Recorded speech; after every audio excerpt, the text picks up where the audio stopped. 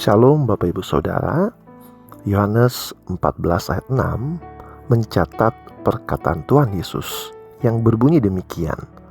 Akulah jalan dan kebenaran dan hidup. Tidak ada seorang pun yang datang kepada Bapa kalau tidak melalui aku. Nah saudara, Yesus menegaskan bahwa dia adalah satu-satunya jalan menuju Allah Bapa sebagai Tuhan yang penuh kasih karunia dan kebenaran. Yesus adalah firman yang telah menjadi manusia dan diam di antara kita, penuh dengan kemuliaan yang diberikan oleh Bapa.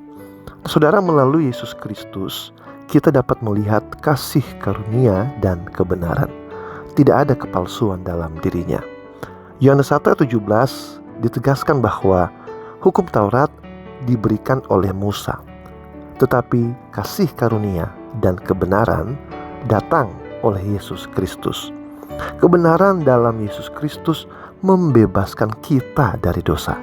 Melalui kematian dan kebangkitannya, kita dimerdekakan dari dosa dan layak menerima anugerah Allah serta hidup yang kekal.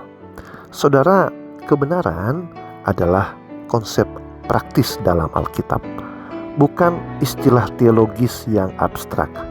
Kehidupan terdiri dari berbagai hubungan, dan kebenaran berkaitan dengan hubungan kita dengan Allah dan sesama. Ini adalah prinsip yang sangat penting untuk difahami.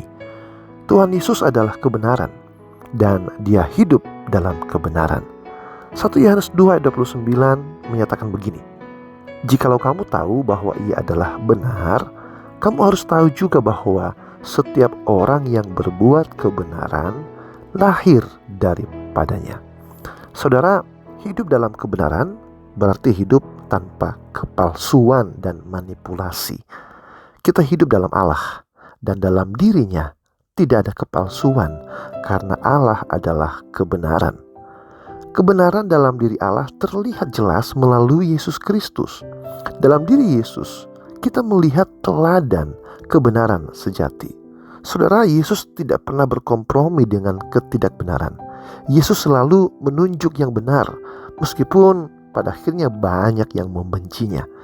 Dalam praktik hidup sehari-hari, hidup dalam kebenaran sering disertai rasa takut dan malu, bukan? Kita takut menyakiti perasaan orang lain atau malu menyatakan sesuatu yang benar karena takut disalahkan.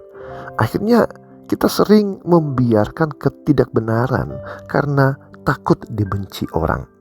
Nah saudara, orang yang hidup dalam kebenaran adalah orang yang lahir dari Allah. Tidak ada seorang pun yang melakukan kebenaran tanpa berasal dari Tuhan. Karena itu saudara, jangan takut hidup dalam kebenaran, meski tidak disenangi atau dibenci.